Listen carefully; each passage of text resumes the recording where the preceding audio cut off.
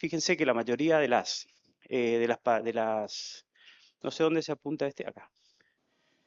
La mayoría de las guías nosotros nos dicen la clasificación, que generalmente es más de 13 milímetros del septum o más de 15 milímetros si no tenemos antecedentes de muerte súbita o antecedentes familiares de miocardiopatía hipertrófica. O sea, es importante saber el espesor parietal desde un principio para hacer el diagnóstico, sobre todo morfológico, de la miocardiopatía hipertrófica. Y todas las guías nos dicen si es obstructiva o no es obstructiva. Vamos a ver ahora punto por punto por qué.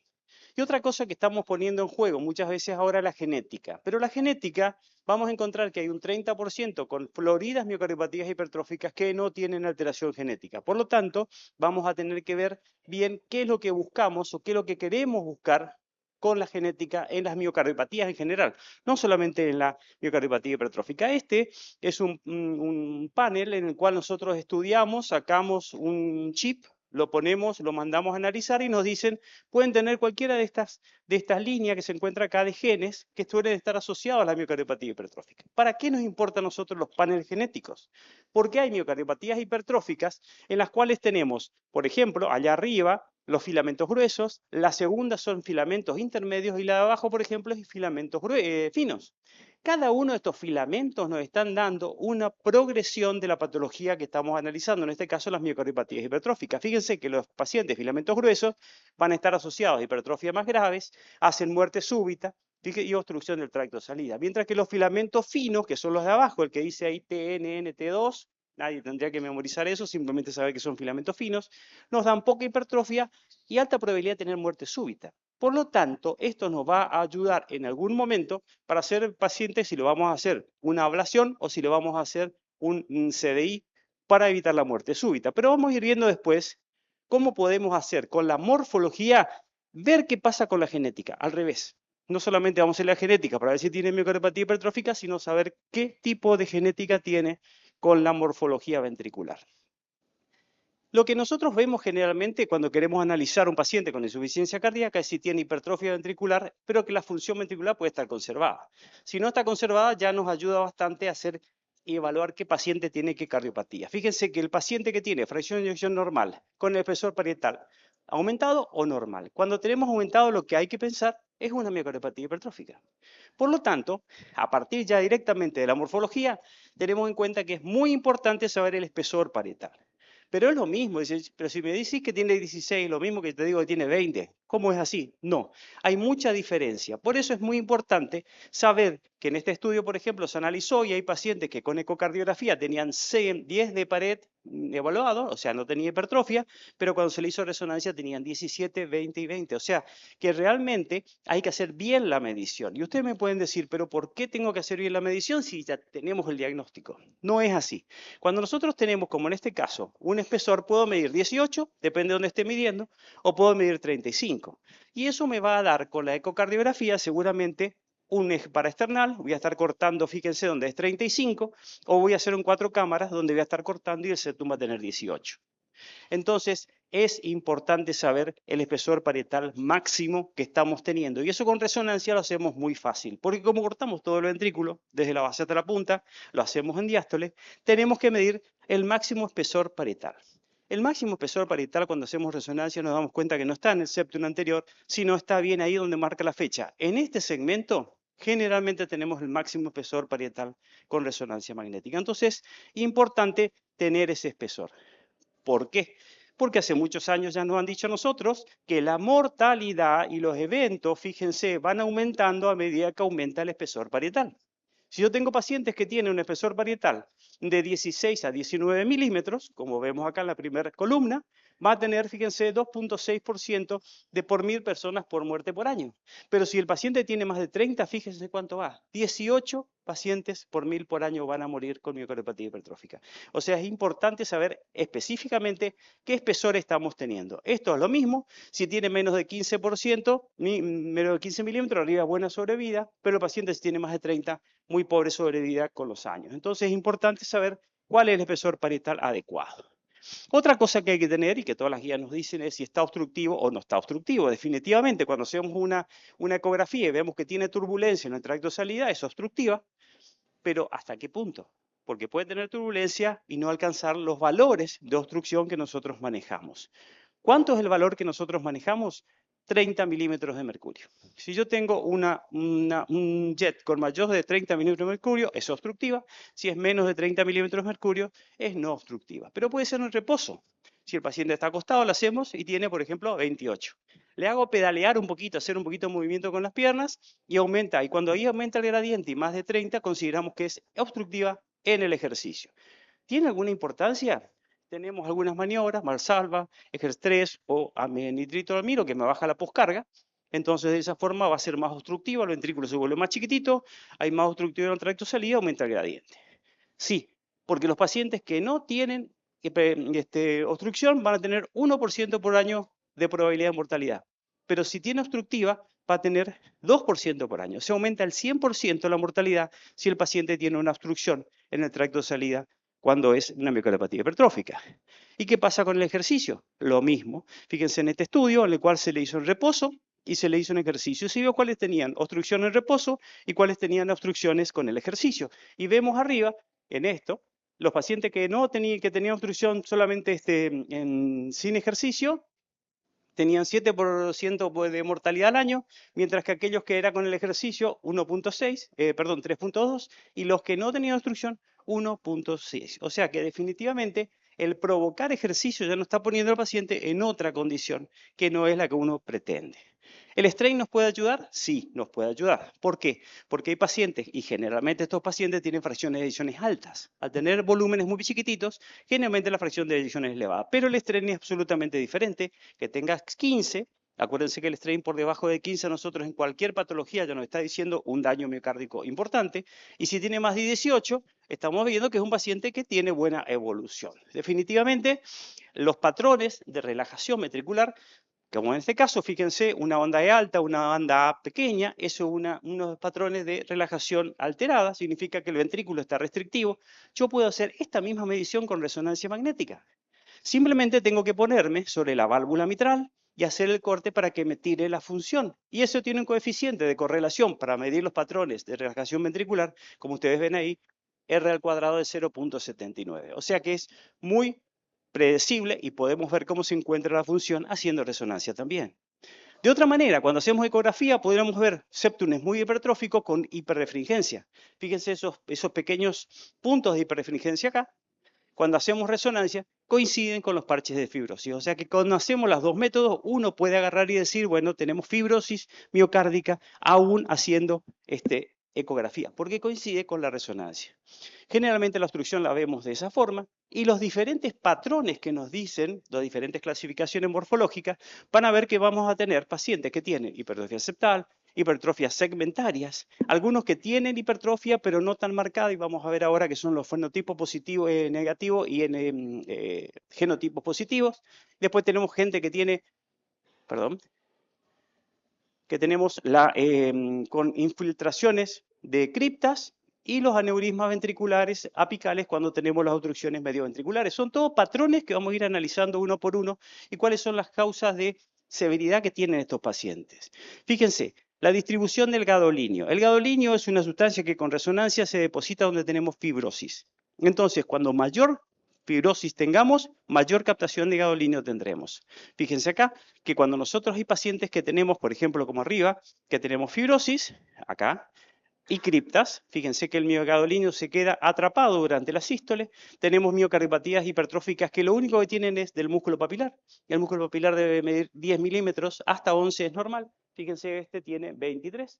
Acá tenemos segmentario y acá tenemos las válvulas anteriores que por ahí obstruyen el tracto de salida sin hipertrofia, pero son más largas y generalmente tienen más de 26 milímetros de largo. Son todos patrones que nos dicen que el paciente tiene una probabilidad de tener miocardiopatía hipertrófica. Como habíamos dicho ayer, fíjense que la prevalencia de la hipertrofia en muchas patologías, como están acá, solamente en la miocardiopatía hipertrófica tiene 60% de hipertrofia.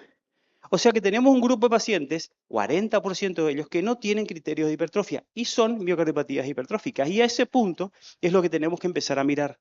Porque estos pacientes tienen cambios electrocardiográficos, estos pacientes tienen pequeñas hipertrofias y tienen criptas, por ejemplo, que nos tienen que hacer pensar que estos pacientes tienen algo más en ese miocardio, aunque no tengamos hipertrófica.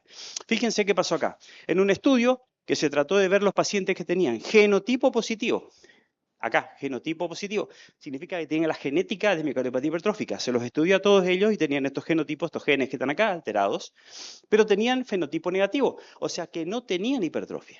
¿Qué pasó con estos pacientes? Se le hizo un seguimiento, se vio que el electrocardiograma estaba alterado, como ven acá, estaba alterado en el 8% de los que tenían genotipo positivo, y en el 48% de los que desarrollaron hipertrofia. En el seguimiento que se hizo en estos pacientes, se vio qué pasaba, si tenían insuficiencia cardíaca, si desarrollaban hipertrofia, y se vio que estos pacientes, todos los que no tenían genética, que tenían genética pero no tenían fenotipos, no tenían hipertrofia, tuvieron una muy buena evolución. O sea que no hay que tratar los pacientes por la genética. ¿Tá? Eso es un concepto que hay que tener en cuenta. Todos los pacientes que tienen fenotipo negativo, aunque tengan el gen que me dice que tiene miocardiopatía hipertrófica, no la traten como una miocardiopatía hipertrófica. O sea, no le pongan un CDI. ¿Tá? Ese es el concepto. Dentro de los temas que nosotros hacemos con resonancia, el T1 mapping es el tema que más está en boga. ¿Por qué? Porque nos dice básicamente que el miocardio tiene alguna lesión. Alguna alteración es muy sensible, pero no es poco específico. Entonces, si tenemos pacientes que va alterado esto, que tiene alterado el miocardio, tenemos que ver si ese miocardio tiene el miocito alterado o tiene la estructura que está alrededor alterada. Esa estructura nosotros los medimos con el que se llama VEC, volumen extracelular. Valores normales entre 24 y 28. Si tiene, en este caso, por ejemplo, se midió el volumen ventricular, el volumen extracelular y tenía 36. Este paciente tiene una estructura amplia, más amplia de sostén de los miocitos que lo que es normal.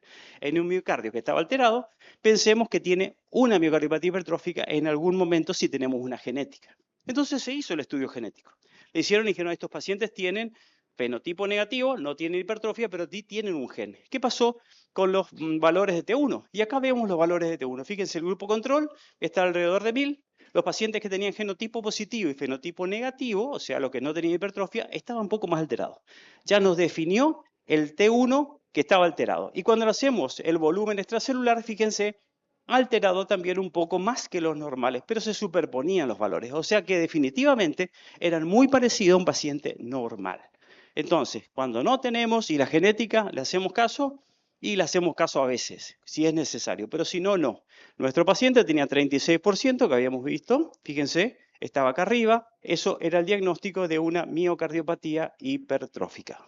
Entonces, tenemos que tener en cuenta, sí, cuando tenemos dudas, le hacemos resonancia, hacemos el T1 y con el volumen extracelular lo vamos poniendo en las casillas que nos pueda decir a nosotros que el paciente tiene una patología o no. ¿Cuál es lo más sensible para detectar estos pacientes con miocardiopatía hipertrófica con fenotipo negativo? De todos, el T1 mapping sin lugar a dudas, entonces hay que usarlo. Hay que pedir para ver si tiene algo en el miocardio.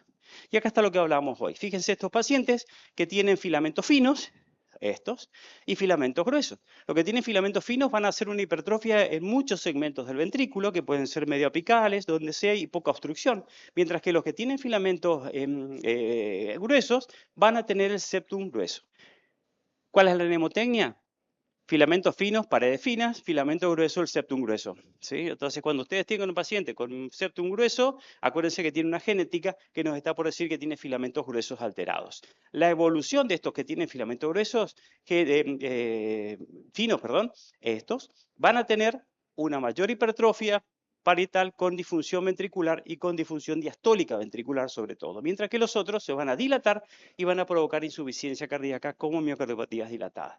Es muy raro ver esto, pero ya a partir de la genética y viendo la parte fenotípica podemos ver de la forma como genética tenemos arriba. Esta es importante porque entonces podemos empezar a hablar ya con la terminología que el mundo está utilizando. Diferencia, esto es lo que habíamos visto hoy, hay que ver bien cuándo es lo que está importante, y los diagnósticos diferenciales generalmente son con corazón de atleta, enfermedad Fabry o enfermedad de Pompe. Estos generalmente van a hipertrofiar el ventrículo, pero ya por otro mecanismo, no solo la parte miocardiopática. ¿Qué vemos acá? Esto es lo que tenemos generalmente, la captación de gadolinio. Generalmente la captación de gadolinio ocurre en los segmentos más hipertróficos.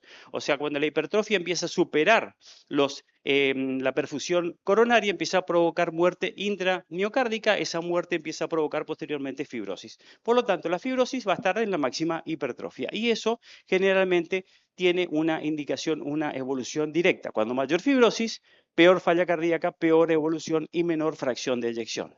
Dentro de los fenotipos que habíamos hablado, otro que es muy importante es porque la gran prevalencia son las miocardiopatías hipertróficas apicales. Estas generalmente están en el 25% de todas las miocardiopatías hipertróficas y son muy diagnosticadas últimamente, porque vemos un electro muy patológico que asusta, pero vemos el electro y el eco no nos asusta. Entonces, eso es lo que ocurre.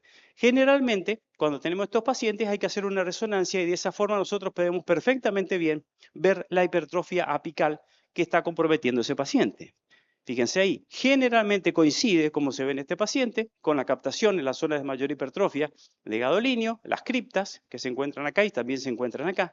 Y sobre todo, para hacer el diagnóstico, nosotros tenemos que ver la forma del ventrículo. Este es un paciente, fíjense allá arriba, y quiero que memoricen esta imagen en la parte de la punta, que parece que tiene trombo, o fibrosis, o una endomiocardofibrosis, pero es una miocardiopatía hipertrófica apical. Con gadolinio nosotros le hacemos y tenemos que hacer el diagnóstico diferencial. ¿Qué es? ¿Es una endomiocardofibrosis? ¿Es una miocardiopatía hipertrófica? Le hacemos el electro. El electro de estas características que nos asusta, como decíamos hoy, en un paciente joven, y tenemos algo en la punta, es una miocardiopatía hipertrófica. Y esto es el signo del as de espadas. El as de espadas es el trébol. Fíjense que es exactamente lo mismo que tenemos la forma del ventrículo, es la forma del as de espada. Esto es muy, se tenía muy en cuenta antes cuando no teníamos ecografía y se hacían angiografías. Por lo tanto, aún hoy sigue teniendo valor. Hay pacientes que tienen extremas. Estos son extreme, fíjense, pero fíjense cómo tiene esto que le estaba diciendo acá, que no saben si es trombo o fibrosis. Acá no sabemos si es trombo o fibrosis, pero está ahí. Y estos son pacientes en los cuales se pueden repetir. Fíjense acá. ¿Qué tiene ahí? ¿Trombo o fibrosis? Pero la forma se mantiene. Se mantiene la forma y la puntita, generalmente la puntita, está presente.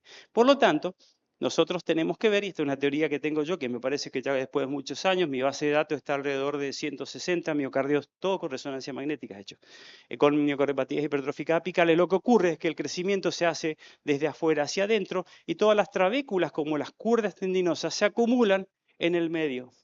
Y ese acumulamiento es un, mal dicho, amuchamiento de las cuerdas y de las estructuras que nos están dando estas estructuras que parecen que fuera trombo. Pero no son trombos, son las cuerdas y las trabéculas que se abuentonan por el crecimiento del apex. Esto lo van a ver mucho en ecografía. Generalmente, este paciente, por ejemplo, es 29 años, con cambios electrocardiográficos y fíjense lo que tenía, una miocardiopatía hipertrófica muy marcada. Entonces, con resonancia no tenemos problema de visión, podemos medir la masa, podemos medir los volúmenes y podemos sacar y corregirlos por la superficie corporal del paciente. Eso no tenemos ningún inconveniente. Si eso coincide con un strain longitudinal muy deteriorado, como acá, que tiene 8, para un valor normal arriba de 18, ¿sí? Y los valores normales de la gente normal están alrededor de 22, fíjense que está muy caído, a pesar de la excelente función ventricular. Fracción de eyección de paciente estaba arriba del 50%, ¿no? Pero fíjense, cuando lo hacemos, en este caso, el gadolinio, encontramos un 13% de captación de gadolinio. De toda la masa hipertrófica tenía 13%. Entonces, el electro es muy importante. Tan importante que generalmente vamos a ver ahora cómo hacemos diagnósticos electrocardiográficos de la miocardiopatía hipertrófica. Acá tenemos este paciente, un paciente mío, 24 años, que vino a hacerse, él hacía todo el día, hacía deporte, hacía mucho pádel, hacía 5 horas de día por pádel, y vino a hacerse y me dice, mira, estoy con un problemita. Estoy transpirando más de lo normal. Y le digo, pero es normal, está jugando 5 horas. No, pero antes no transpiraba, ahora transpiro. Entonces me dijo, mira, te puedo esto en el video. Y me dice, fíjate, a ver, ahí sí podemos ver. Estoy transpirando más porque esto no solía hacer. O realmente estaba transpirando más. Lo que estaba haciendo era falla cardíaca. Estaba haciendo una diaforesis tan intensa que el paciente, fíjense lo que es la zapatilla. Puede ser que hubiese metido el pie en agua, y no es así. Lo que estaba teniendo era una descompensación miocárdica importante. Se le hace, y la duda que teníamos es si esto era una endomiocardiofibriosis. Fíjense los parches de fibrosis subendocárdicos, pero también tenía mucha hipertrofia. Y esto que está acá es una de las cosas que no está muy descripta, que es la hipertrofia del ventrículo derecho con reducción de la cavidad en forma tan importante que estaba disminuyendo la precarga del ventrículo izquierdo. O sea que el paciente lo que estaba teniendo una falla cardíaca por precarga del ventrículo izquierdo baja. Y entonces este paciente, por supuesto, le suspendí el deporte, no puede hacer más deporte y le puse un CDI. Pero teníamos todavía qué duda que teníamos, que por no será alguna otra cosa. Entonces le seguimos haciendo estudios y me dio el T2. El T2 lo que nos dice a nosotros siempre es la presencia de edema. Y en estos casos nos dice dónde está impactando el problema inflamatorio agudo de este paciente en esta patología. Fíjense ahí, en la cara inferior, ahí donde tenemos mayor captación con el T2. El gadolinio nos dice que también tenemos mayor captación en ese punto. Por lo tanto, localizamos el seguimiento y le hicimos el seguimiento. 2016, 17, 18, fíjense cómo fue evolucionando los parches de fibrosis en el segmento donde en un principio teníamos el T2 como edema miocárdico. En esto, nosotros tenemos que ser muy cuidadosos en el seguimiento. ¿Por qué? Porque de todas las variables en este trabajo publicado recientemente, sobre 157 pacientes con miocardiopatía hipertrófica, se le repitió la resonancia una basal y otra al año y medio, y se vio que los pacientes que tenían un peor pronóstico eran los que tenían un aumento del gadolinio, que se ve acá, en el número 5, más del 8%, 11 veces más probabilidad de eventos cardiovasculares. Nuestro paciente, fíjense cómo iba aumentando el gadolinio en la cara inferior, este paciente tiene mal pronóstico, por lo tanto, le pusimos un CDI. Pero aún no habíamos llegado, no teníamos la corrida genética. Entonces, ¿cómo hicimos algo para ayudar un poquitito? Le dijimos, tráeme a tu papá, a tu mamá, a tus hermanos, vamos a hacerle una ecografía. Y ahí le hicimos al paciente una ecografía al papá, 56 años. Fíjense la punta. El paciente tenía una miocardiopatía hipertrófica apical. Por lo tanto, lo que este chico tenía era una miocardiopatía hipertrófica familiar, hereditaria genética. Tiene que cuidarse no solamente él, sino también sus hijos y hacerse el chequeo a toda la familia. Entonces, generalmente podemos evaluar la punta, sí. ¿Tenemos dudas con respecto a la punta? Sí. ¿Por qué? Porque la ecografía no ve muy bien la punta. Pero lo que hemos aprendido es que la punta es la zona más delgada del ventrículo. Fíjense la puntita, mide milímetros. Si yo veo algo anormal en la punta, significa que tiene algo anormal el ventrículo. Por lo tanto, esa anormalidad, nosotros podemos decir que puede ser una endomiocardiofibriosis y la podemos diagnosticar. Puede ser una ectasia sanguínea, que si hacemos tomografía da como alguna imagen. Esto es ectasia, no hay nada raro. Acá tenemos un trombo y acá tenemos la miocardiopatía hipertrófica apical. Todo eso nosotros podemos hacer simplemente haciéndole una resonancia. O sea, cuando vean con eco algo anormal en la punta, créanle porque es algo anormal. La otra punta, la otra posa, es la miocardiopatía septal medial. Y este es otro punto que hay que tener en cuenta. En la septal medial lo que hay que ver fundamentalmente es el aneurisma que vemos acá. Y este aneurisma se genera porque si uno se imagina un globo, aprieta un globo en el medio, van a ver que aumenta de los dos lados un globito secundario. Eso es por el aumento de las presiones que ocurren en los dos lados. Lo único problema que tenemos acá, que del lado de la parte de la base nosotros tenemos la aorta que eyecta la sangre, pero de la punta no tengo ningún lugar que eyecte. Entonces me va a formar este aneurisma y siempre va a estar con presión. La resonancia nos muestra esta captación de gadolinio muy significativa en la punta y en este segmento donde tenemos miocardio normal y miocardio patológico con fibrosis, ahí es donde se crean las taquicardias ventriculares reincidentes. Entonces es importante saber si tenemos el gradiente es mayor o el gradiente es menor. Si el gradiente es alto en el medio del ventrículo, alta probabilidad que ese aneurisma nos cause algún problema. Si tenemos bajo gradiente, el aneurisma deja de ser prácticamente un problema. De todos modos, de las causas de muerte por hipertrofia, fíjense que el aneurisma del ventrículo izquierdo está puesto como uno de los principales causantes. Por lo tanto, el análisis de todos los segmentos y sobre todo de la punta, que es lo que más nos complica, tenemos que tener en cuenta que pueden ser leves, como en este caso, y va a tener mucha representación electrocardiográfica o muy hipertróficos como tenemos en estos segmentos. Por eso las últimas guías a nosotros nos están diciendo que el electrocardiograma es diagnóstico de estas patologías. Porque si tiene ondas profundas, como habíamos visto recién, es una miocardiopatía hipertrófica apical. Si el paciente tiene QRS, fíjense, de bajo voltaje, hay que pensar en amiloidosis, que también da hipertrofia, o si tiene PR corto y preexcitación, Fabry, Danon o alguna alteración de una arritmopatía. Entonces, el tener obstrucción mediovascular, hay que ver la punta y hay que ver qué gradiente con ecodoppler está provocando esa obstrucción medioventricular. O sea, para ir terminando, el espesor del ventrículo izquierdo dentro de los diagnósticos que tenemos que hacer es si el paciente no es un deportista. Entonces decimos, paciente, primera pregunta, ¿es deportista o no es deportista? Si tenemos una hipertrofia de un deportista, le hacemos ecodoppler. Si toda la función diastólica y sistólica es normal, es un corazón de deportista. Pero si el paciente no es deportista, vemos el electro. Si tenemos alto voltaje o T, hipertrofia por hipertensión o una miocardiopatía hipertrófica, pero si tiene bajo voltaje, amiloidosis o alguna otra infiltrativa. Entonces, de todos los algoritmos que nos están diciendo, estos son los últimos algoritmos del año 2022, nosotros tenemos que tener en cuenta que, fíjense, para la identificación y fenotipos, nosotros vamos a tener electrocardiograma, eco y resonancia. Todos tienen que tener esto. ¿Sí? Y para terminar, el realce tardío, entonces, frecuente en la miocardiopatía hipertrófica, progresa con la enfermedad, la progresión más del 8%, mal pronóstico, la progresión más rápida de la fibrosis generalmente avala una evolución de la enfermedad y que seguramente va a terminar con más insuficiencia cardíaca, más internación, más arritmias y posiblemente más muerte súbita. Los marcadores de fibrosis acelerada son mayor masa, fíjense, mayor espesor del 20%, fracción de eyección baja, porque estos pacientes tienen volúmenes pequeños y fracción de eyección alta. Cuando cae la fracción de eyección, abramos los ojos porque eso es malo. Y cuando tenemos la fibrosis más del 8% medida por resonancia, tiene una mala evolución. Rápida progresión, rápidos efectos adversos. Muchas gracias por su atención.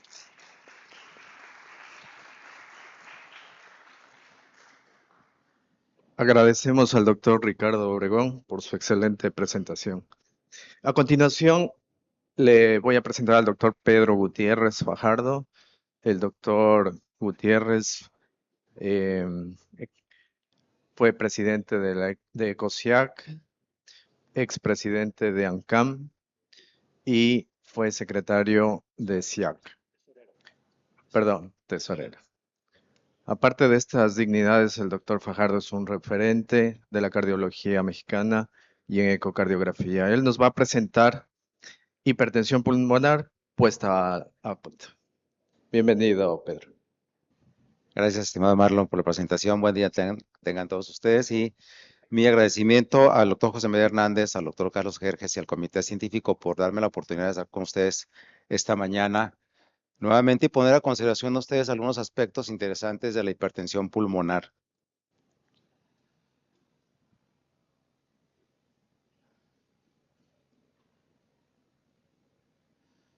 Bueno, la hipertensión pulmonar es muy importante y quise poner este concepto porque hay médicos jóvenes que nos acompañan y es interesante que ellos definan o tengan claro desde temprana edad y no confundir luego conceptos adelante, ¿no? La hipertensión pulmonar es un estado hemodinámico y fisiopatológico de tipo heterogéneo y lo encontramos en múltiples situaciones clínicas de afectación pulmonar y de afectación cardiovascular y otras fuera del sistema cardiovascular pulmonar. Aunque encontremos una elevación similar en los pacientes, si encontramos 60 de sistólica pulmonar en los pacientes, no significa que todos sean una causa común, ¿no? Ni que vayan a tener el mismo pronóstico, de tal manera que hay una diferencia muy importante en la forma en cómo enfocamos a un paciente, en la forma en cómo establecemos el pronóstico y, por supuesto, lo más importante, qué tratamiento le vamos a ofrecer. Hipertensión pulmonar no es sinónimo de una enfermedad.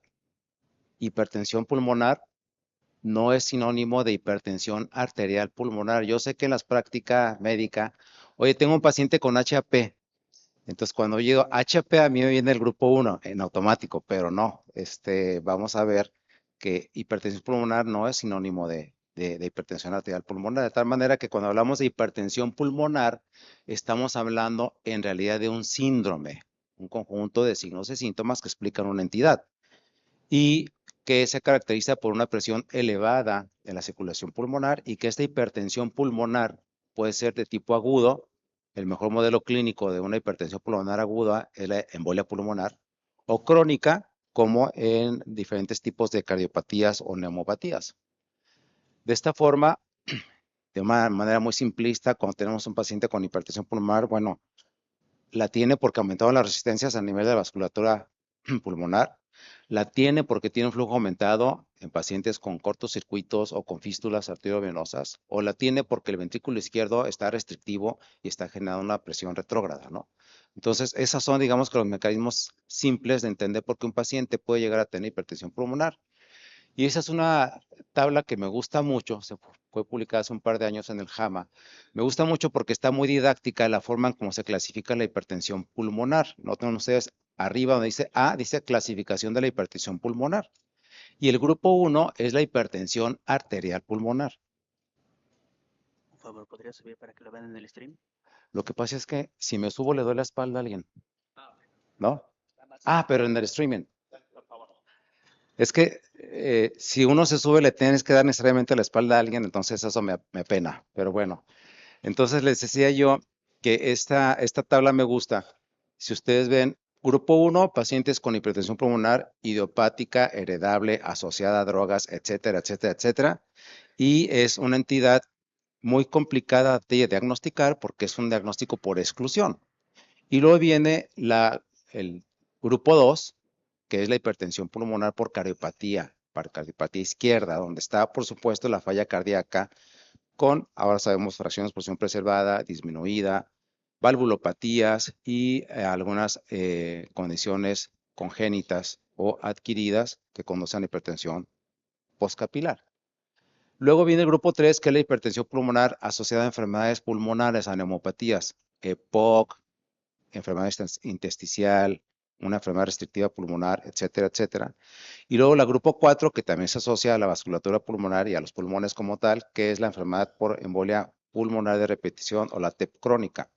Y por último, la tipo 5, que es multifactorial, o sea, no los pudimos encasillar a ninguno de esos y quedan en el grupo 5, generalmente alteraciones de orden hematológico o enfermedades sistémicas como sarcoidosis, alteraciones metabólicas, etcétera, etcétera. Entonces, esa es la clasificación clínica. Y al haber una clasificación clínica, por supuesto, requerimos una clasificación hemodinámica. Y entonces a mí me encanta este esquema porque se nota claramente cómo está la hipertensión que se llama precapilar, justamente antes de los capilares, y la postcapilar. Y noten ustedes cómo la precapilar es debido a un aumento en la resistencia de la vasculatura pulmonar y el representante número 1 de la precapilar es la hipertensión arterial pulmonar, la del grupo 1. Y la postcapilar, su representante principal son las cardiopatías, ¿no? Las enfermedades del corazón izquierdo, perdón. Entonces nos vamos a enfocar en los próximos minutos a hablar de lo que sabemos del grupo 1. Esta es una tabla muy interesante de cómo ha evolucionado en los últimos 40 años la forma de entender y clasificar la hipertensión arterial pulmonar. Noten ustedes en azul están los consensos que se hicieron en el Simposio Mundial de Hipertensión, que se llevó a cabo por un grupo de expertos, y en verde están las aportaciones de la Sociedad Europea de Cardiología y de la Sociedad de Neumología Europea también. Y lo que quiero destacar es, vean cómo han cambiado, en rojo están los parámetros que han cambiado. En los 70 se consideraba que para alguien tener hipertensión arterial pulmonar tenía que tener por cateterismo una presión media de la pulmón arriba de 25, una presión en cuña de menos de 12, y en aquel tiempo se consideraba una presión de arriba de 30 milímetros de mercurio con el esfuerzo. Luego eso se omitió, se quitó de las guías, y ahora en las últimas guías de hace un par de años, el diagnóstico, el criterio de diagnóstico para decir que un paciente tiene hipertensión arterial pulmonar, obviamente es haber excluido todas las demás causas, pero por cateterismo, porque nosotros por ecocardiografía y ningún otro método no invasivo podemos decir que un paciente tiene HAP. Sí o sí, un paciente con hipertensión arterial pulmonar debe tener por lo menos un cateterismo en su vida que demuestre una presión media por arriba de 20, una presión en cuña por abajo de 15 milímetros de mercurio y una resistencia vascular pulmonar por arriba de 3 unidades Woods y ahora en las últimas es por abajo de 2 unidades Woods, ¿no? Entonces, esos son los criterios de diagnóstico en un paciente en el que debemos de hacer con cateterismo es el diagnóstico. Y también en las últimas guías se actualizó la forma de clasificar en precapilar y postcapilar, en donde si ustedes se fijan, la presión media en la precapilar es de 20, en cuña de menos de 15 y la resistencia vascular pulmonar de más de 2 Woods, unidades Woods. A diferencia de la postcapilar, que la única diferencia entre esos dos grupos es la presión en cuña que es arriba de 15. Y ahora se acepta una combinada que es precapilar y postcapilar, que es igual a la precapilar, solamente que aquí la presión en cuña está por arriba de 15. Entonces, esa es la clasificación hemodinámica hecha a través de un cateterismo derecho. En ecocardiografía, y lo he de decir, no estoy de acuerdo yo como se maneja actualmente. Muchos médicos jóvenes ahora reportan un paciente, en lugar de tiene 45 de sistólica pulmonar, dicen tiene intermedia probabilidad de hipertensión pulmonar. Para mí eso realmente no me cuadra, ¿no? Porque entonces se está reduciendo muchísimo el valor del ecocardiograma y de un cálculo que por supuesto nunca va a ser al 100% la concordancia con hemodinámica, pero que sí nos acercamos mucho, aceptando los errores que puede haber en la medición. Pero bueno, con eso, esa acotación, las actuales guías europeas dicen que si un paciente tiene una velocidad recurrente tricúspida de 2.8 menos, tiene baja probabilidad de hipertensión pulmonar. No sé qué significa eso. Si alguien tiene 2.834, tiene intermedia probabilidad. Y si alguien tiene una IT de 3.4 más, tiene alta probabilidad, ¿sí? Y dices, alta probabilidad de hipertensión pulmonar, no lo sé. Yo sigo reportando lo que yo encuentro con sistólica pulmonar o con media pulmonar, porque algo que nos debe de quedar claro es que nosotros trabajamos para los clínicos. Y si el clínico me manda un paciente con DNA, yo le digo, oye, tiene intermedia probabilidad, no sé el que haga con esos datos, ¿no? No sé qué haga, pero bueno. Entonces, ¿qué pasa cuando no tenemos un buen flujo de división tricuspida para poder calcular la presión pulmonar? Bueno, tenemos el tiempo de aceleración, donde podemos calcular la presión media de la arteria pulmonar y tenemos la velocidad de insuficiencia pulmonar si está presente, donde podemos calcular la presión diastólica final del ventrículo derecho. Independientemente que sea baja, intermedia o alta probabilidad, estamos viendo pacientes que se presentan con disnea, con palpitaciones, con presíncope, con edema, que estos son los datos más recurrentes y prevalentes en pacientes en sus fases iniciales de hipertensión pulmonar. Entonces debemos de, por supuesto, cuadrar bien lo que estamos midiendo nosotros con la causa por la que nos están enviando a nosotros al paciente. Este es un diagrama de flujo al cual debemos de, cuando vemos pacientes con sospecha de hipertensión pulmonar, adherirnos, porque por supuesto que todo empieza con la clínica. Ningún paciente llega a ECO para ver qué le encontramos. Un paciente viene dirigido justamente porque el clínico lo envía para poder auxiliar nosotros. Entonces, dice historia clínica o factores de riesgo, historia familiar para hipertensión pulmonar, y tiene una evaluación no invasiva, sugestiva de hipertensión pulmonar. Aquí en este diagrama de flujo dice no. Entonces busca otras causas. Dice, a ver, pero si el paciente vino con disnea y todo lo que ya mencionó y no le encontramos nada, busca otras causas. No sé, también de pronto los diagramas de flujo dicen, ¿cuáles otras causas? Pues si ya estamos viendo que no tiene, digamos, enfermedad izquierda o derecha, hipertensión pulmonar, no sé, pero a lo mejor a veces uno cuando hace cosas expresa algunas situaciones que de pronto no cuadran. Pero para mí lo importante de este diagrama es que dice chequeo nuevo. Y eso sí es un mensaje muy importante. Si un paciente viene con disnea, tiene carga genética para HP, se sospecha un electrocardiograma que podría sugerir y no encontramos nada, es un paciente que no se puede dar de alta, es un paciente que tiene que tener seguimiento, porque de pronto estamos viendo, como vamos a ver en un momento más, una fase de luna de miel en los estudios que nosotros estamos haciendo. Bueno, si el paciente sí tiene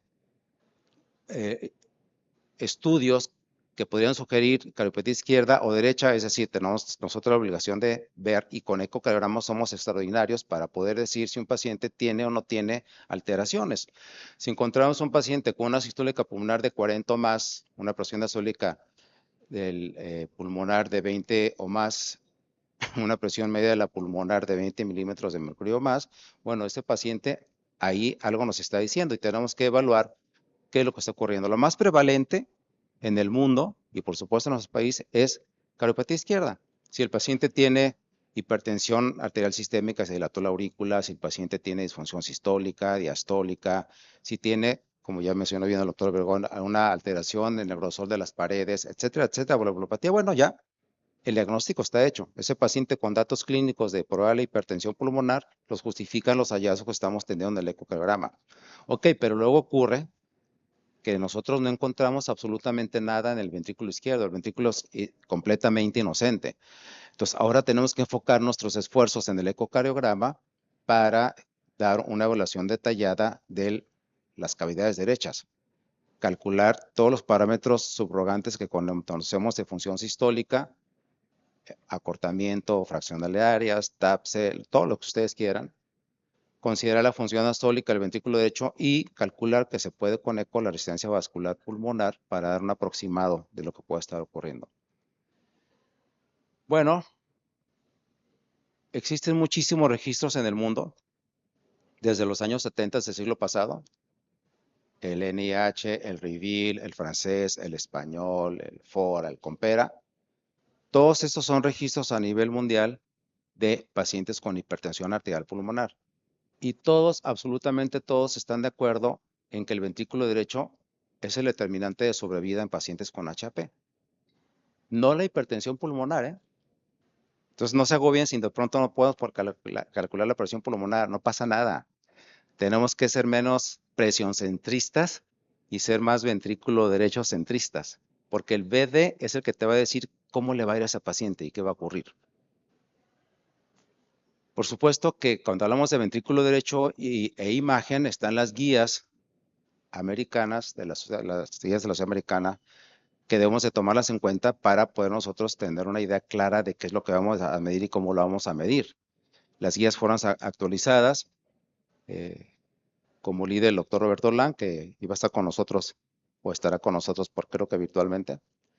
Y también están los resultados del estudio WACE, un estudio de colaboración a nivel del mundo, donde se presentan los datos de normalidad en diferentes poblaciones del ventrículo derecho, tanto con eco bidimensional como con eco tridimensional, de tal manera que tenemos un patrón de referencia cuando nosotros tenemos un paciente, ver qué es lo normal para un paciente que estamos evaluando. La ecocardiografía es maravillosa porque nos permite una evaluación fisiológica de manera muy importante y tenemos variables que son fáciles de medir. Realmente entre expertos la correlación es alta y nos permite considerar si hay una adaptación apropiada del ventrículo derecho o algo que se llama mala adaptación a la poscarga aumentada. Medimos parámetros de función sistólica, contractilidad, entre otros, y por supuesto las dimensiones de las cavidades derechas. En la actualidad, en cualquier laboratorio de ecocardiografía que se dedica al estudio de esos pacientes, es muy sencillo. Una vez que detectamos que el paciente puede tener sospecha de hipertensión pulmonar, evaluar cómo está la TAPSE, cómo está la onda secundople tisular, cómo está la fracción de expulsión del ventrículo derecho con eco tridimensional, que es la única forma de evaluar de manera confiable la fracción de expulsión. Todos los demás son subrogantes. La fracción de acortamiento y, por supuesto, el strain longitudinal de la pared libre o strain longitudinal global. Y con eso nosotros podemos estratificar cuál es el grado de función o disfunción del ventrículo derecho en pacientes con hipertensión arterial pulmonar.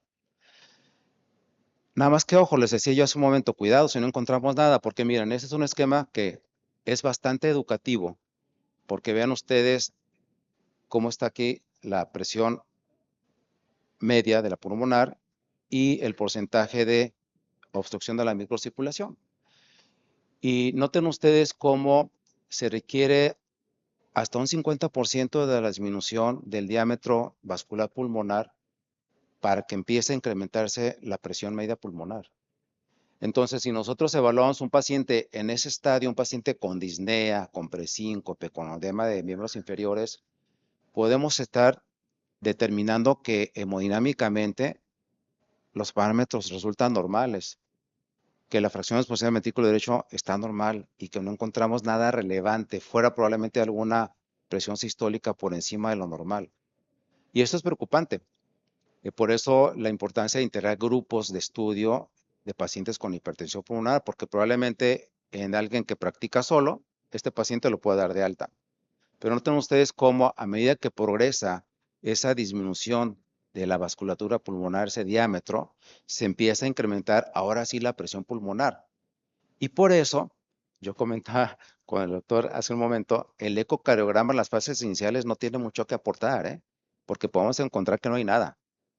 El gran problema para los pacientes y para nosotros es que nosotros somos muy capaces de decir qué está pasando cuando el paciente ya se le pasó el tren, cuando el paciente ya tiene la presión pulmonar incrementada, la resistencia vascular pulmonar está por los cielos, ya hay un estrechamiento significativo de la microvasculatura pulmonar y el paciente, por supuesto, ya está sintomático, está completamente sintomático, ¿no? Entonces, para escrutinio, el ecocardiograma, yo pienso, no es la mejor opción, excepto para excluir causas diferentes a las que generan la hipertensión arterial pulmonar.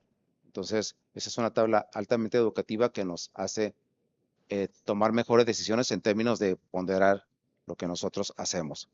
Ok, se confirmó o se excluyó que el paciente tenga síntomas por el grupo 2 o 3 y entonces, si el paciente no tiene cardiopatía izquierda y el paciente no tiene neumopatía, entonces se debe realizar un gamma-grava ventilatorio perfusorio. Este estudio ha caído en desuso, pero realmente es una indicación tipo 1 para pacientes que tienen hipertensión pulmonar porque descarta a aquellos con TEP de repetición, que se nos pueden ir, por supuesto, ¿no? Y entonces, si el paciente no tiene problemas de perfusión, entonces se buscan otras causas, pero si sí tuvo problemas de perfusión en el gamma-grama, pues el paciente en automático tiene el diagnóstico de hipertensión pulmonar por el grupo 4, por TEP de repetición. Pero si no lo encasillamos al paciente en el grupo 2, 3 ni 4, solamente nos quedan dos opciones, grupo 1 y grupo 5. Y entonces el paciente tiene que ir a cateterismo, ¿sí? Y en el cateterismo se demuestra presión media de la pulmón arriba de 20, presión en cuña por abajo de 15, y entonces se dispara una serie de estudios para poder descartar las causas del grupo 5, pero definitivamente en este momento estamos en condiciones de hacer el diagnóstico de hipertensión arterial pulmonar. Una vez que por exclusión limitamos el resto de diagnósticos y con el cateterismo comprobamos que el paciente efectivamente está hipertenso pulmonar. Y es aquí, desde mi punto de vista, cuando nosotros podemos realmente aportar ahora sí con ecocardiograma, porque es evidente que el ventrículo derecho está dilatado, que está hipertrófico, que está hipocinético, que puede tener derrame pericárdico. Ahí es cuando nosotros sí realmente tenemos un papel muy importante. Entender el remodelamiento del ventrículo derecho, recuerden que remodelación no significa otra cosa que el cambio entre la relación volumen-masa, y entonces cambia la relación volumen-masa del ventrículo derecho. Es un proceso altamente complejo. Interactúan muchos factores, desde los tipos genéticos. Hay pacientes con hipertensión arterial pulmonar que se mantienen en clase 1 o 2 durante mucho tiempo y hay pacientes que desde que se hace el diagnóstico les van muy mal, ¿sí? De tal manera que la genética importa los factores neurohormonales, la etiología y la duración de la misma, que se genere isquemia o sobrecarga. Y nuevamente el estado clínico y el pronóstico depende de qué tan bien es el ventrículo derecho. Hay ventrículos derechos que tienen capacidad de estar soportando esa poscarga aumentada y hay ventrículos derechos que claudican muy pronto. ¿Por qué es importante el ventrículo derecho? Bueno, porque sabemos todos que es quien mantiene la función de preservar el gasto cardíaco. El ventrículo derecho es determinante para que haya un buen retorno venoso y un buen gasto cardíaco. Si la poscarga está muy aumentada, esto por supuesto se va a complicar. En el pasado, la estratificación de la HP estaba basada en la sobrevida. Se seguían los pacientes y solamente se determinaba, de hecho, una frase recurrente, 80% de los pacientes con HP sin tratamiento han fallecido antes de 3 años, ¿no? Pero no se tomaba mucho en cuenta el empeoramiento clínico ni la aparición de la enfermedad. Los puntos iniciales estaban basados en un enfoque multimodal derivado de la experiencia de los clínicos. Por fortuna, los parámetros ecocardiográficos llegaron a aportar algo, pero en las iniciales guías europeas, con tanto subrogante que tenemos, solamente se tomaban en cuenta dos aspectos para pronóstico: área de la aurícula derecha y si había derrame pericárdico o no. Indudablemente que en esas guías no había ningún ecografista, supongo yo, porque para reducir pronóstico a esas dos cosas, pues quiere decir que los ecografistas no fueron convocados. Posteriormente se agregó TAPSE también, ¿no? Afortunadamente hay un estudio REVEAL. Este estudio fue uno de los iniciales en donde se hicieron parámetros clínicos de pronóstico y tuvieron la certeza de agregar parámetros ecocardiográficos. De más de 3,000 pacientes, 2,000 y tantos cumplieron los criterios para poder tomar en cuenta su ecocardiograma. Y entonces, ¿qué parámetros tomaron en cuenta? Cuando se hacen registros de hipertensión pulmonar son altamente complejos porque en cada centro tienen diferentes equipos y sobre todo diferentes niveles de preparación en ventrículo derecho de los observadores. Entonces, tratar de tener subrogantes de alta gama, por así decirlo, no es sencillo para un registro. Pero aquí lo que consideraron fue, estaba crecido el ventrículo derecho, estaba reducida la función sistólica, la IT era severa y se había derrame pericardio, ¿no? Y entonces dijeron, ok, si el ventrículo derecho no estaba, el ventrículo derecho no estaba muy crecido, el paciente le daban de 0 puntos, si estaba dilatado o poco dilatado, si estaba moderadamente dilatado 1 punto, si estaba muy dilatado 2 puntos. ¿Sí? Y así, si tenía disfunción sistólica severa, si no era tan severa, 0 puntos, o si era leve, 0 puntos, si era disfunción sistólica moderada, 1 punto, severa, 2 puntos. Y así se asignaron de acuerdo de esta forma cualitativa y se agregaron a los parámetros clínicos. Y de esta forma, el Eco Reveal nos permite ahora considerar que si un paciente tiene un score de eco 0 y el resto de Reveal le da un score 0, este paciente tiene una sobrevida del 95% a un año. Y entonces con el eco dice, este paciente tiene una categoría de riesgo baja. O sea, dices, baja para 95%, 5% morir en un año es alto, ¿no? Pero estamos hablando de un grupo altamente complejo y complicado, ¿no? De tal manera que conforme aumenta el score basado en el ecocardiograma, notan ustedes, y agregado a los parámetros clínicos, alguien que tiene un score Eco Reveal de 10 tiene una sobrevida del 67% a un año, de tal manera que se considera de muy alto riesgo. Y aquí es donde el ecocardiograma vino a aportar a este tipo de estudios tan importantes un valor agregado. Y vean ustedes las curvas de sobrevida. En la parte superior, pacientes con Eco Reveal 0 y en la parte inferior, una sobrevida diametralmente diferente a los que tienen un puntaje mayor. Hay un índice también muy interesante, que es el índice de pulsatibilidad de la arteria pulmonar por ecocardiografía. Y este es altamente útil en pacientes con hipertensión pulmonar porque nos permite considerar el riesgo que tiene el paciente. Este índice de pulsatibilidad es muy sencilla de calcular porque solamente tenemos que tomar en cuenta cómo está la presión sistólica pulmonar por eco, la presión diastólica pulmonar por eco y la presión de la aurícula derecha por eco. Y hacemos una ecuación y en función de los parámetros, en este ejemplo nos da 1.5 de índice de pulsatibilidad. Y noten ustedes cómo en rojo está la presión sistólica de la arteria pulmonar, en violeta la diastólica, en verde la presión de la aurícula derecha y en azul está el índice de pulsatibilidad de la arteria pulmonar. Y es muy sencillo entender esta gráfica porque noten ustedes cómo a medida que disminuye la presión sistólica pulmonar, que es un dato ominoso, un paciente que está hipertenso pulmonar y le baja la presión pulmonar, no se alegren. El ventrículo derecho está claudicando, por eso ya no es capaz de generar más presión. Y aquí se nota cómo baja la presión pulmonar, sistólica de la arteria pulmonar, se incrementa un poco la presión diastólica y noten cómo hay un aumento sustancial de la presión de la aurícula derecha. Y entonces, esto, ¿a qué nos condujo a esos investigadores? Pues vean ustedes el índice de pulsatibilidad cuando es de más de 3, en azul, el pronóstico de los pacientes, la sobrevida es mayor que un índice de positividad bajo cuando es de 1.5 o menos. Entonces, es un parámetro muy sencillo de realizar y que le da mucha información al clínico en términos, obviamente aquí de ajuste de tratamiento, ¿no? Este es un esquema muy interesante, altamente complejo de una red de ventrículo derecho y estratificación de riesgo. Se hicieron, está complejo el modelo, pero está bien interesante porque se hizo un modelo en donde se tomaron en cuenta biomarcadores, imagen, aspectos hemodinámicos, pruebas de función pulmonar,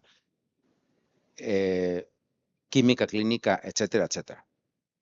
Y noten ustedes en esta red cómo, por ejemplo, aquí al centro,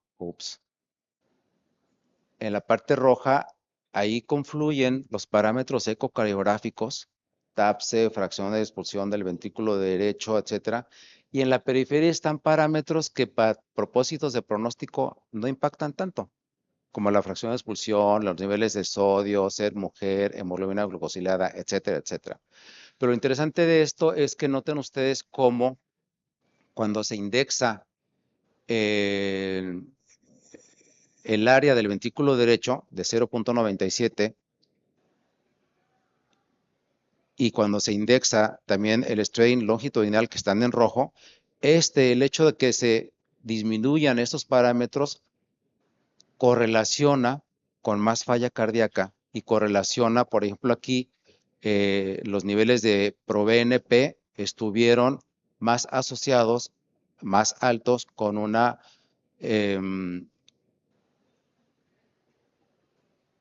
área sistólica del ventrículo derecho indexada, de tal suerte que este es un esquema muy complejo, pero que sí, para mí lo importante de rescatar es que se rescata la importancia de los parámetros ecocardiográficos que nosotros hacemos todos los días. Diámetros del ventrículo derecho, fracción de acortamiento, strain longitudinal, fracción de fusión, eso lo hacemos todos los días. Y entonces aquí sí que es altamente útil. Y ya casi para terminar, vean aquí el HR de cada uno de estos parámetros, vemos cómo el ProBNP está en primer lugar en este vector de Eigen que le llaman, y todos esos parámetros que están aquí en estos corchetes son parámetros de función ventricular derecha que nosotros hacemos muy fácil con ecocardiografía y que le pueden ayudar perfectamente al clínico en la toma de decisiones de sus pacientes. Por último, eco tridimensional. El eco tridimensional es una técnica que ayudó para quedarse en hipertensión pulmonar y es muy interesante aquí. Estos investigadores lo que hicieron fue 34 controles normales y tomaron pacientes 104, 38 de los cuales estaban en clase funcional 2, 46 en clase 3 y 20 en clase 4. Ok, ¿y qué fue lo que hicieron ellos? Vean ustedes cómo en los controles tienen un strain longitudinal global, pero la clase funcional baja a medida que el strain longitudinal se deprime. Y entonces el strain longitudinal del ventrículo derecho bajo se correlaciona con una peor clase funcional. Y no solamente eso, en términos de sobrevida, un strain longitudinal bajo se asocia a menor sobrevida y aquí aprovecharon y evaluaron el TAPSE, el volumen diastólico final del ventrículo derecho y la fracción de expulsión del ventrículo derecho por eco tridimensional, con muy buena sensibilidad y especificidad de cada uno de estos parámetros que el ecocardiograma nos lo da de manera muy rápida.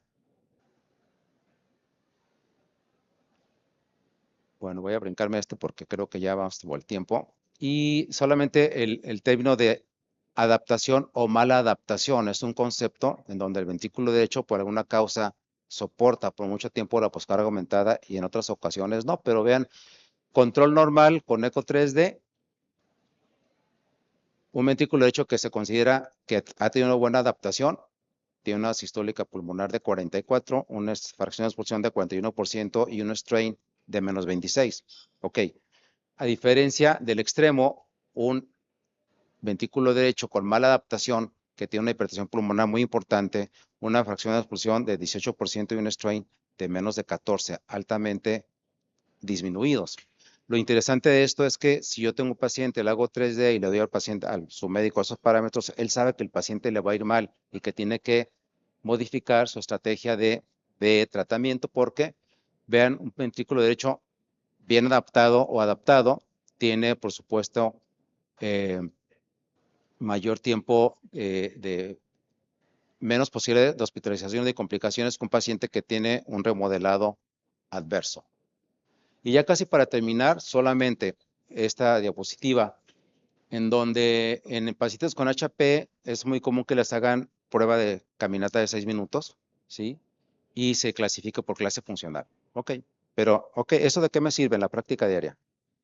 El paciente ya caminó 300 metros, que sí es importante, claro, nada más que lo estoy subestimando porque dices, bueno, si ustedes notan aquí un resultado favorable en verde o un resultado no favorable en gris. No se separan tanto las curvas en el seguimiento de casi a 10 años en los pacientes si tomo en cuenta la prueba de caminata y la clase funcional. Pero si yo a esto le agrego el volumen diastólico final del ventrículo derecho y la fracción de exposición del ventrículo derecho, vean cómo desde un principio se separan las curvas. Y por supuesto que esta es una información mucho más útil que lo que el paciente pueda caminar, que sí es útil la prueba de caminata, pero vean aquí cómo se separan las curvas desde un principio en términos de pronóstico, de tal manera que un volumen diastólico final del ventrículo derecho es sumamente fácil de hacer y una fracción de exposición con 13 es sumamente fácil de hacer y claro que eso aporta un mejor pronóstico para nuestros pacientes. Esa es una tabla en donde, de las guías europeas, donde en el ecocardiograma por lo menos ahora ya se acepta la relación TAPSE, presión sistólica pulmonar, como un índice indirecto de acoplamiento ventricular. Pero nuevamente, en estas guías al principio dicen, la IT solamente te sirve para parvolear baja, intermedia o alta. Ah, pero aquí sí la toma en cuenta para pronosticar a un paciente, ¿no? Entonces está contradictorio la guía, porque aquí una relación TAPSE sistólica pulmonar de 0.32 tiene un mejor pronóstico que obviamente esa relación que esté de 0 a 19. Entonces, en las guías quitaron el TAPSE solo y le agregaron la relación TAPSE-SAP. Por último, ven ustedes que hay ventajas en tener esquemas de puntuación que son multiparamétricos basados en parámetros fáciles de obtener y permiten la estratificación de riesgo, pero por supuesto tiene grandes limitaciones ya que la mortalidad, la predicción sigue siendo de corto plazo, hay una gran cantidad de variables y de pronto eso no siempre se puede estandarizar. Hay otras imágenes, otras técnicas de imagen que nos pueden ayudar en pacientes con HP, gamagrama, tomografía de energía dual, resonancia, que por ahora hace tiempo, bueno, están ahí y hay que utilizarlas cuando el paciente así lo requiera. Y indudablemente que cada una de estas técnicas tiene ventajas y limitaciones. Por supuesto que el ecocardiograma sigue siendo el estudio de primera línea en el abordaje, en el seguimiento y en el pronóstico de los pacientes. Y la resonancia, la tomografía y el gamma ventilatorio profusorio están en un lugar también dentro de los estudios de esos pacientes. Por último, el eco nos permite iniciar una evaluación en pacientes con HP al considerar todos los parámetros funcionales, la remodelación, y es muy útil, sobre todo en el monitoreo y en la población en respuesta al tratamiento. Les aprecio mucho su atención, muy amables.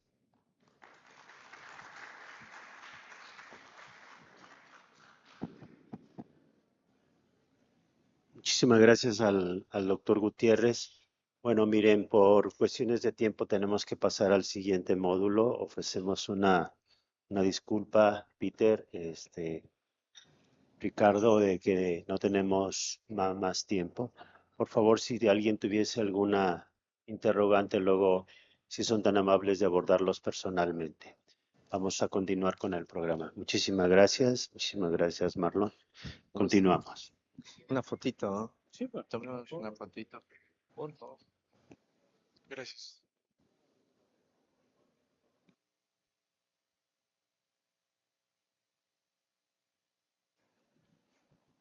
Ya está, ¿no? Sí.